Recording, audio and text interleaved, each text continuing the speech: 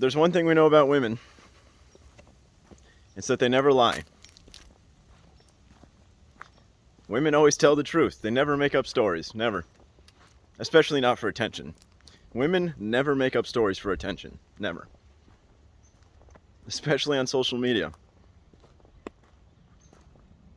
Women never, ever embellish or exaggerate. They never tell even the smallest lie for the sake of attention on social media. That's never happened. See, I believe all women. Hashtag believe all women. So, for the sake of this video, everything that every woman has ever said is true. It's true because I believe all women.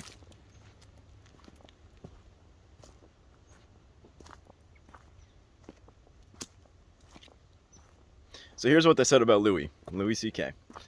That's where I'm going to start, and then I'm probably going to spin off into a tirade about feminism, because I can't help myself, because there are too many things to complain about. I'm going to make this video as short as I can, but I don't know where I'm headed. Every time I start on this, I have to go down 12,000 different pathways, because there's 12,000 ways that feminists are fucking annoying. So, today's December 22nd, 2021. I will say thank you right away to the Elusive Vulture for tweeting out one of my videos. I got a lot of attention, and I appreciate it. New subscribers, welcome. As usual, the videos that get the most attention are the transphobic videos, so I will tell you right away, more of those are coming. But this is not... I would also like to make sure your expectations are right and tell you that I don't even know where this channel is headed. To me, this channel is a big underground structure buried in sand, and I'm just at the top of a big pile of sand with a bucket trying to uncover the structure underneath. So I don't know where I'm headed, but I know there's probably more transphobic content coming, but that's not the only thing. So anyway, time to talk about Louis C.K. So he was accused by many women of many things. And like I said, women never lie, so there's a list of accusations. It seems he has a history of sexual misconduct. There are two main stories that come to mind. One of them's the hotel room story, and one of them's the phone call story. And then there's apparently a series of accusations that came forward from many women, because over time he has accrued many of these stories. There's been even occasions where, apparently, I mean, all of this, of course, these come from the mouths of women who we trust, of course. So apparently there's been many times where he has misbehaved sexually. And these situations get a little bit tricky, because we could sit here and go through courtroom style and just go through event by event, determine his level of guilt for each event. We can sit here and argue about the details. And of course the women, everything they said is exactly what happened. So, well, one story, as the women have told it, one story is that two women were invited to a hotel room by Louis C.K. late at night. Drugs were involved. Alcohol probably also involved, because these are comedians and they hang out at bars and nightclubs and comedy clubs. Almost anywhere where comedians hang out will be at night with alcohol involved. Now, I'm going to talk about why I think the feminists are being sexist. I think that there's this anti-truth thing going on here. I think this whole Me Too movement, first of all, maybe I should just start with this with a question. Did the Me Too movement actually make the world a better place? Did it change anything? Did it change anything for the better? Is probably a better question. My main antagonist, I think, on this channel, or at least one of the biggest antagonists to me in my life, and since this channel is about me and my life, one of the biggest antagonists of this channel is that which cancels. That which cancels.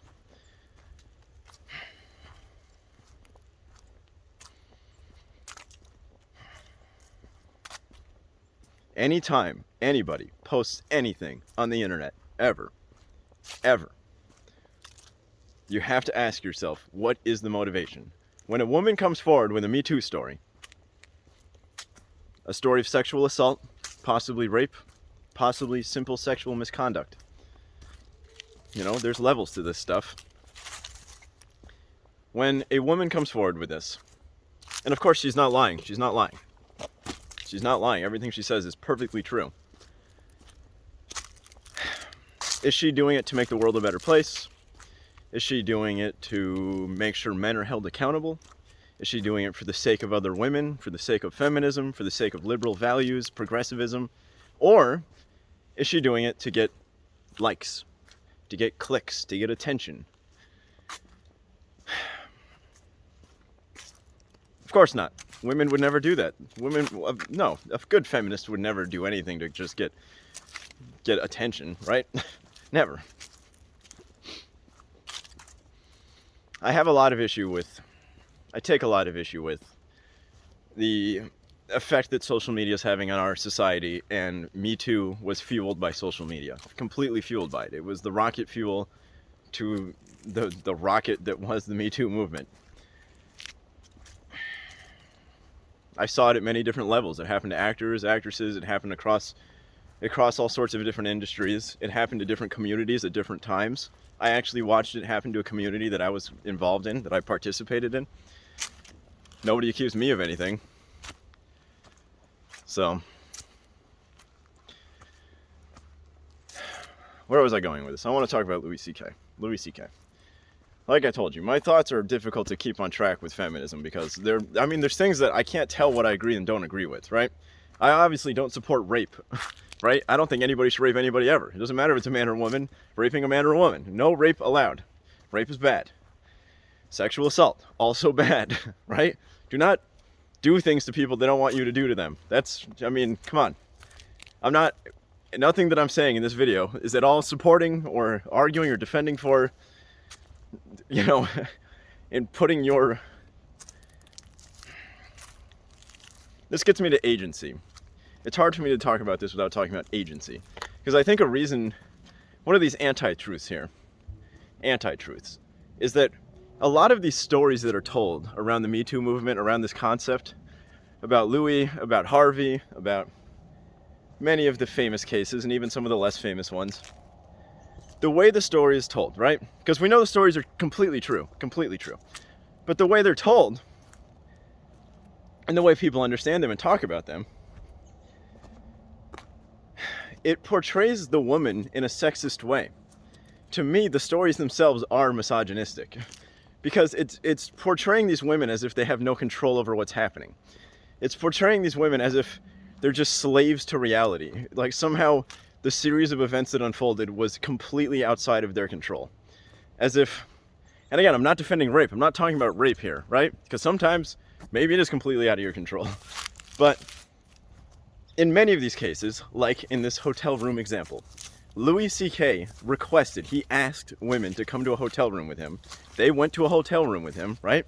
Think about what's happening here. This is not like on the street randomly. This is at a club, at a bar somewhere. This is at a thing where people are hanging out, likely drinking, likely at night. If you're an adult woman and an adult man asks you to his bedroom at night, and you're surprised when he has sexual intentions, you're a fucking moron. I don't actually think these adult women were surprised by it, right? You're not gonna be surprised. Like, it's unrealistic. This is what I'm saying. It's sexist to think that girls are really so innocent. Like these innocent comedians were there and they had their pen and notebook, they were ready to take notes from the comedy genius who they looked up to. It was the magnificent Louis C.K. How could they say no? They were just these innocent little doves who they were just artists. They just wanted to go share their art with another artist. And they entered this room and then it turned sexual and they were shocked and appalled and they were so stunned that they couldn't move. And it's like, you're doing the story you're telling about this, right? The way that people portray these women is exactly as sexist as the stories that these feminists complain about all the time, right? The reality you're describing with these stories is the reality that you seem to not want, right? So there's this anti-truth thing going on here, right? These are adult human women with brains. They're intelligent, right? And there's two of them in a room. Louis asked to take his clothes off. The way they tell the story is that he asked in a joking way. And of course, this is true. Exactly what they said is exactly what happened. Exactly what happened. So, what? You're sitting there, the guy asks you to take his clothes off. It's Louis C.K. You go, yeah, sure, whatever. and then he does it, and then you're just stunned into non-movement. Again, you're portraying the storyline as if there's zero agency in the woman, right? And I think that this is like this is the feminist fantasy. This is the thing. This is like men are in control of all of reality. That's how it's portrayed, right? Every element of reality is under the man's control. Women are simply at the whim of the patriarchy, of the patriarchal masculine boot on the throat of the oppressed feminine, you know, like there's this like, women have control. They'll tell the story. They say Louis was jerking off and then he stood up or got in their way when they tried to leave. But think of like actually being in that situation. This is not the way the story is told. Removes all agency and it removes all intelligence from the character that is the woman, right? Like there's 1,000 different ways to get out of this situation, and arguably they should have at least been, you know, this guy had a reputation for being kind of a creep. He had many of these stories and you still went to his bedroom. I know how things work when I'm at a bar anywhere, at any nighttime venue.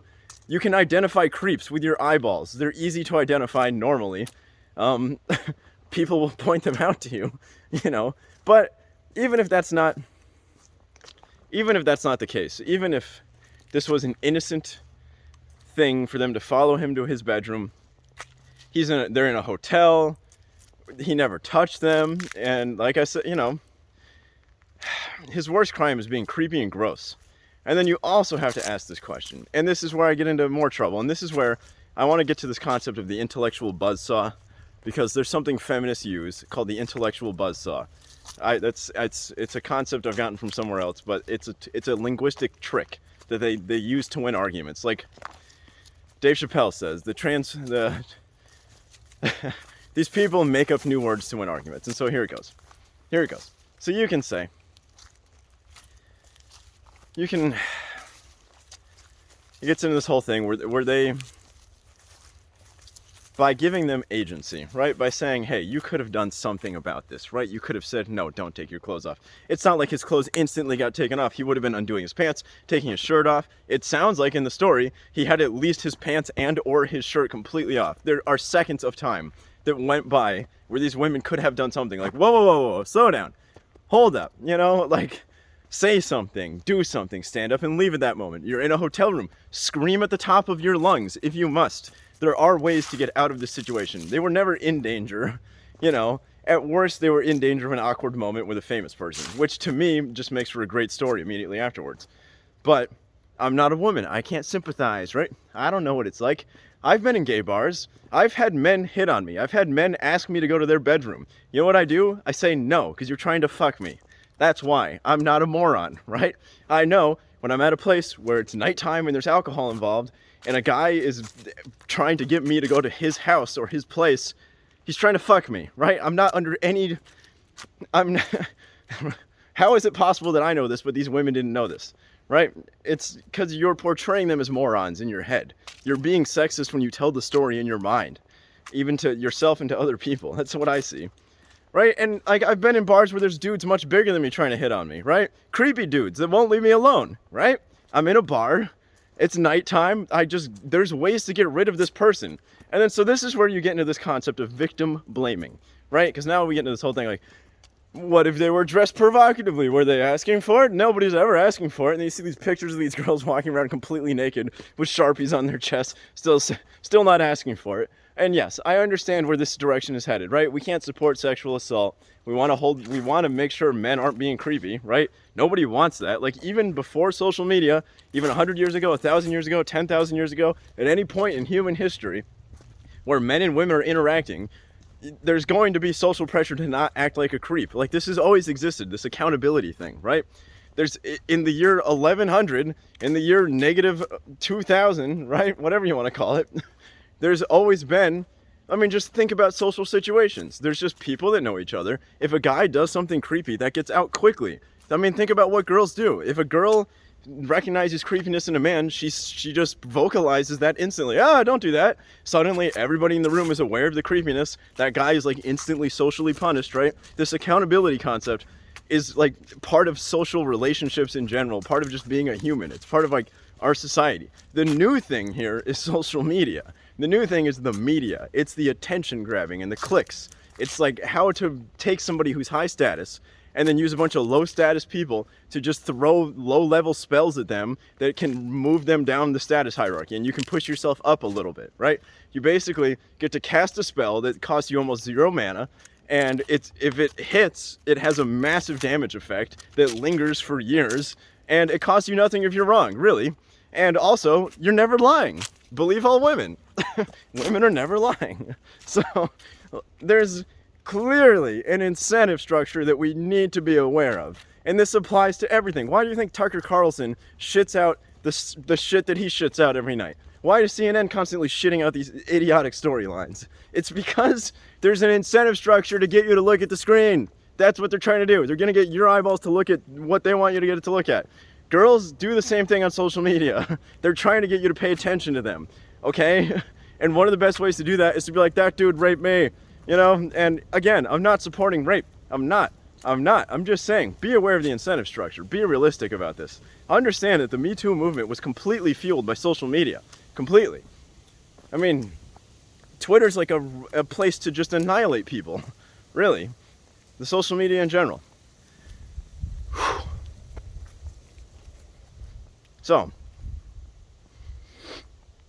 Louis pulled his dick out. After asking, they gave him consent. He asked them, may I pull my dick out and masturbate? And then he did so. It's creepy, it's gross, it's weird, for sure. There was another time, another story that came forward, the second most important story, right? Because I think the hotel room story, Louis is not, he didn't do anything, it's hard to say. He didn't do anything illegal. He didn't sexually assault them, did he? Is that sexual assault? If you ask to be naked and then they say yes and then you become naked, is that sexual assault? There is a thing that they said about him trying to block the doorway while they're trying to get out, but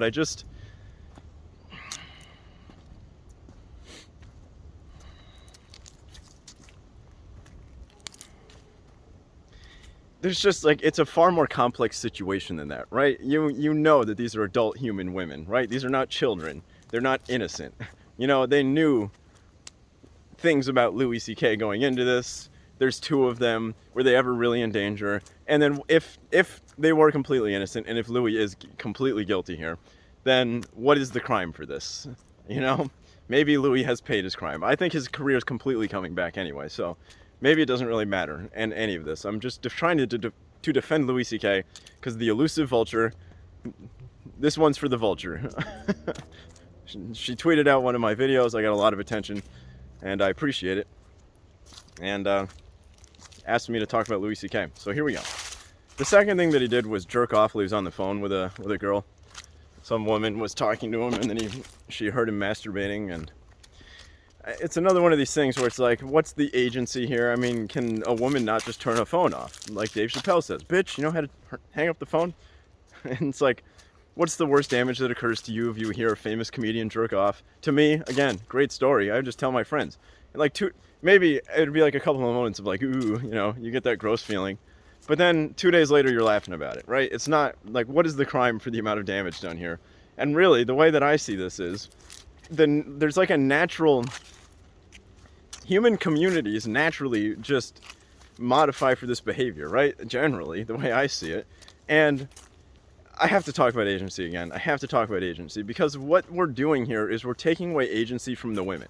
We're basically telling these stories as if women completely are innocent, have no knowledge of any of the evils of men, and like their decision making is completely just like not up to them. And so I want to talk about, I'm going all over the place here, but I want to talk about Harvey Weinstein because he was accused of rape and sexual assault a couple times. I'm not defending that, but I am defending one of his things that he did, one of his actions, because it's one of these patterns that occurs with him and other executives, people in his position. This is a pattern that's been occurring in human history for a long time. I want to talk about it. What he did was basically make an offer to these actresses. He said, you want to be in a movie? You got to fuck me. That's what he said. He was making a trade. He said, suck my dick, get movie role. That was the trade he offered, right? Now think about this for a second. Think about this for a second. Women took that trade. Women said yes. They traded sex for movie roles. This is prostitution. That's what it is. Whatever your stance is on prostitution, that is also your stance on whatever you call this trading sex for status. Essentially, it's prostitution. And so think about what happens here. If all of the women in the system just said no to this trade, the system would change. That's how you change it. Stop saying yes to it. That's truly the way to change the system, right? If there's men out there using their positions and their money, their power and their influence to get sexual favors out of women, all of the women across the board can just say no.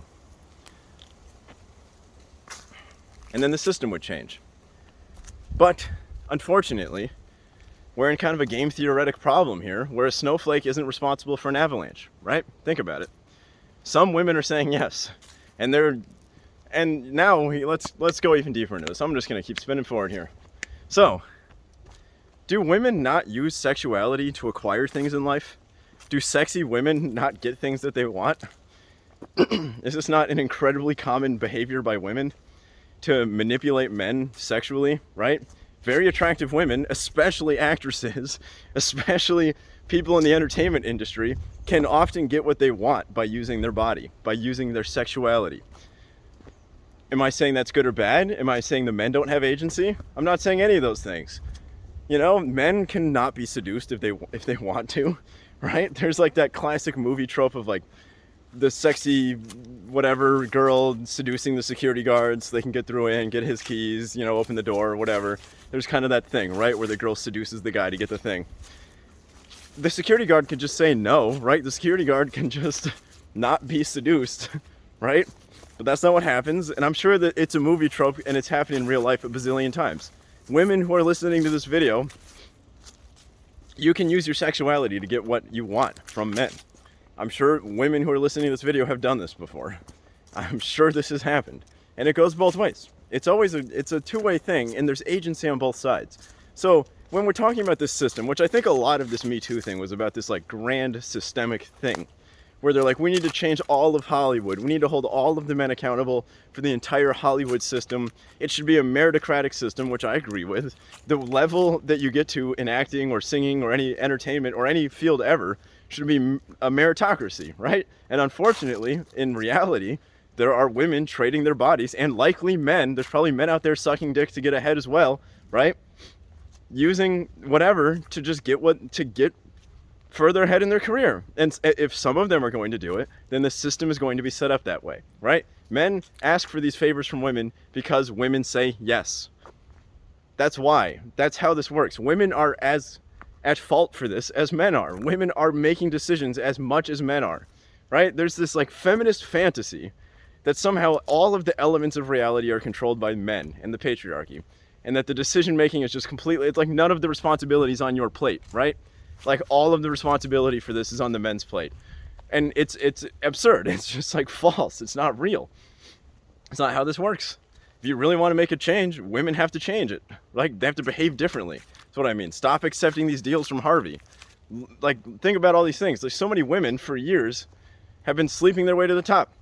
And it seems from the Me Too movement has not changed that at all. It's probably exactly the same. We're not holding men accountable at all. We're not. So, yeah, the whole Me Too thing was just, it was basically that which cancels flexing its muscles. That's how I saw it. The power that cancels was simply testing out these tools and being like, who can we take out? Who can we destroy with this? And getting bigger targets was like, you know, they took out Louis C.K., a very big target. His career will be fine because there's people like me who still support him. I paid him $10 for his new special. So, because I think he's a great artist. I think he's also a creep. It's not illegal.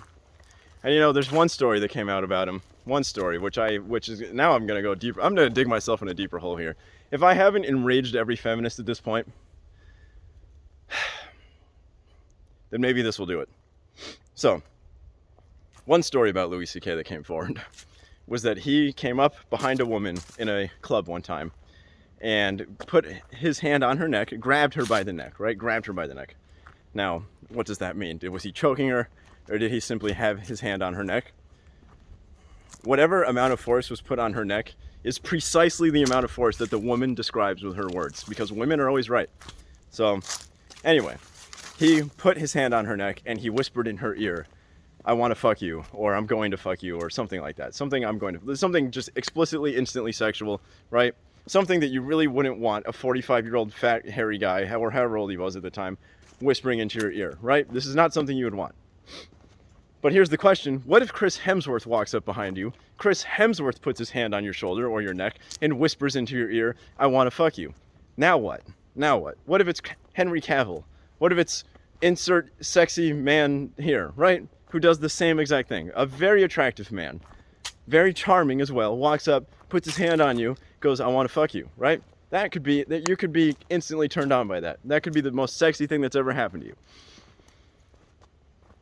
So what's the difference here? The difference is an attractive man did it. And then so you're talking about feminism here. Feminism's all about, you know, what would feminism say about this? Shouldn't your sexual appeal not have anything to do with your behavior? Or maybe you can ask the question, maybe men all just behave the same way and the ones that get away with it are the attractive ones, right? Maybe that has something to do with it. Maybe when an attractive man does something sexual, it turns you on. And when an unattractive man does something sexual, it grosses you out, right? Maybe there's something going on there. Maybe the women are picking the men who are attractive and not attractive and judging their behavior based off that. You know? Maybe. Maybe. Like, what makes something creepy and what makes something sexy, right? Couldn't you tell the story exactly the same way twice, but one with a very sexy, charming man and one with a very creepy, gross guy? And the behavior could almost be described the same exact way, but the sexual outcome of it would be like totally different. And now it comes down to men's ability to determine if what they're doing is over the line or not. And then you have to ask the question, where is this line? And then really, where is this line is determined by the community, the local community. And it's not supposed to be determined on social media by millions of people with Twitter accounts. It's not supposed to be determined by that. It's not supposed to be determined by whatever the public court of opinion is, however that works. Wherever that which cancels operates is not where we should be judging whether these men are guilty or not, right? I've seen other cases of men who probably did not deserve the level of backlash that they got get destroyed by this stuff. And I have to keep reminding people here, being dragged on Twitter is one of the worst things that can happen to you. It can make men suicidal. It can make anybody suicidal. To be annihilated on social media can turn you into a suicidal person. It can be it's very depressing. It's like your entire social reputation gets destroyed. People say the worst things that they would ever say to anybody about you. And then there's like tens of thousands of people doing it.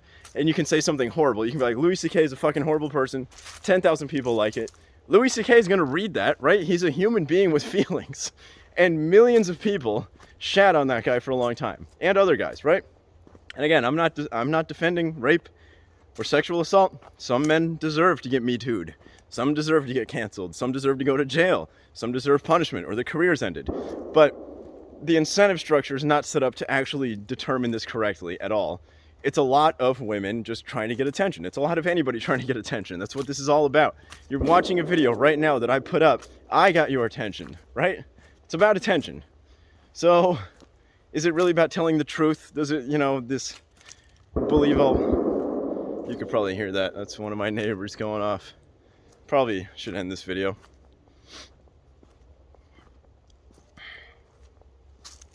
I'm not as far away from people as I would have liked. I'll tell you that. I wish I was deeper out in the woods sometimes. I wish I had 10,000 acres and I was right in the middle, So, yeah, it's part of the reason I left Los Angeles is because I realized that the place is losing its goddamn mind. Losing its goddamn mind. I was there in LA while Harvey was raping, So, and, I would often talk to actresses and screenwriters as they were serving me drinks from across the bar. Ooh. Every time I met a screenwriter, I'd always ask, what restaurant do you work at? I wouldn't actually do that. I'm not that mean. But really, it's a very aggressive industry, and a very, very small proportion of people make it to the top. And if you got to suck a dick to get to the top, maybe that's what you got to do. Think about it. Would you suck a guy's dick for $10 million? Would you do that? I would think about it, for sure. I would think about it, at least. I mean, come on, 10 million bucks? It's a lot of dollars. And a lot of these careers, these opportunities that these executives would be offering are worth millions of dollars. It's essentially prostitution. These women are making millions, but they have to suck a dick first sometimes. And then of course, years later, they tweet about it and then they get even more attention.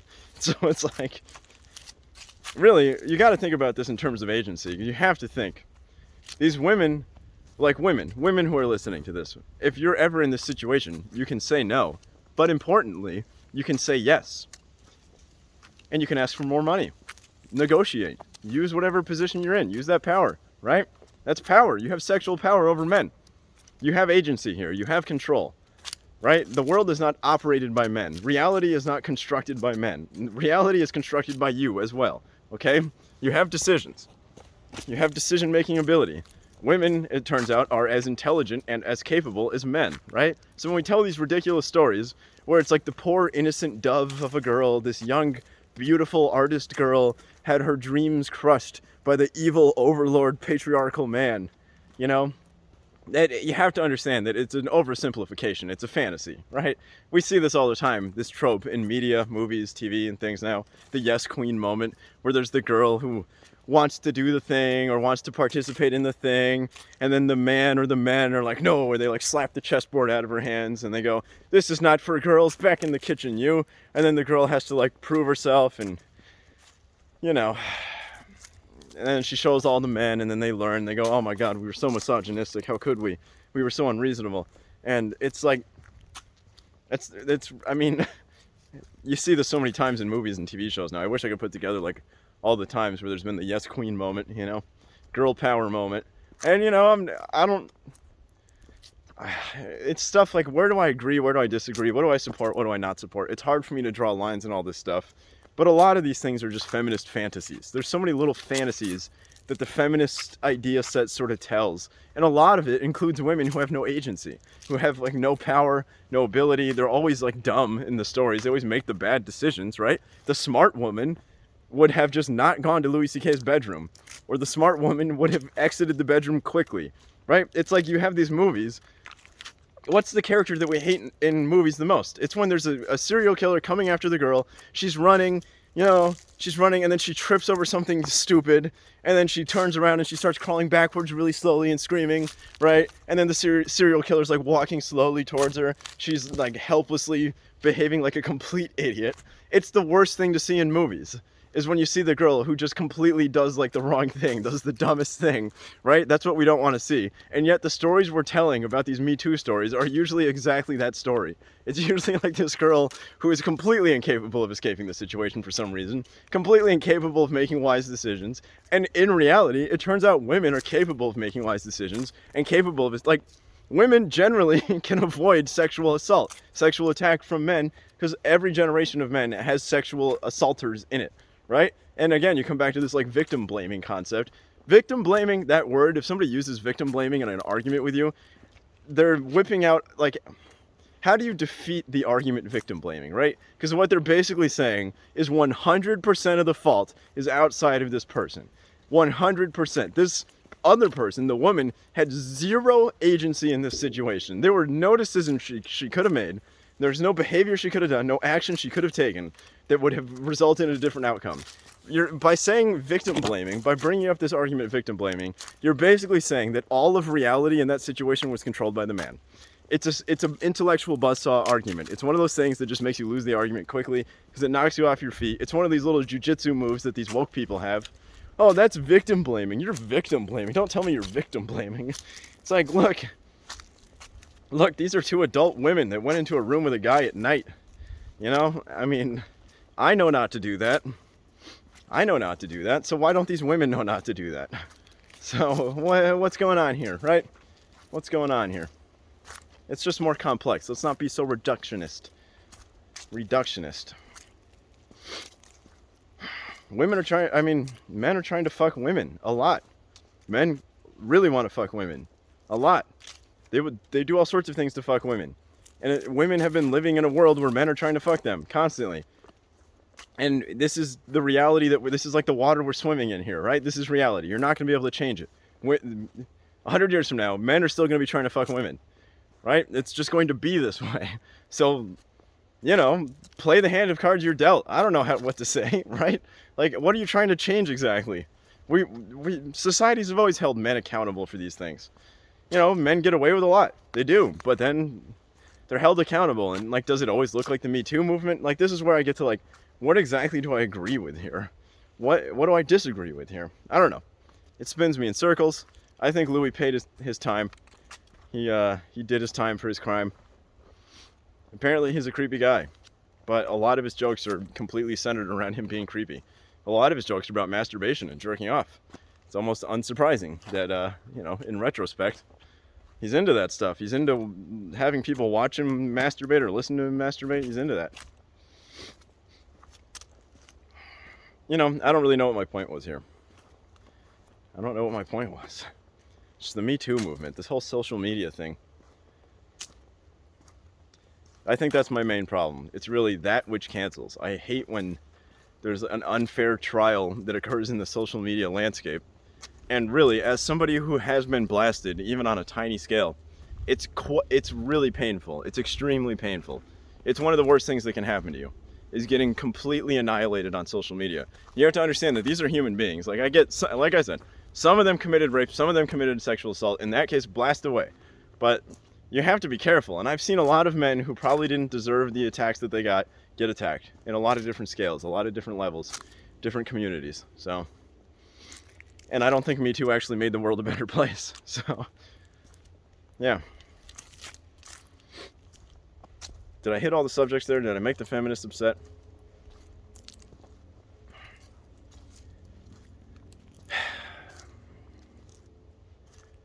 It's always about whether it's so much about whether the guy's attractive or not, too. What if it was Henry Cavill or Chris Hemsworth, you know?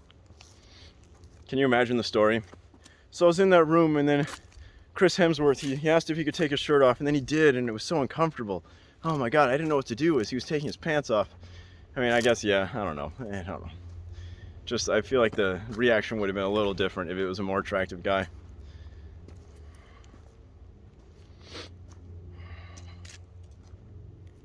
Alright, yeah, I think I'm going to end this one. Happy Wednesday. I'll see you later. Actually, I'm not going to make a video tomorrow because I'm flying to California.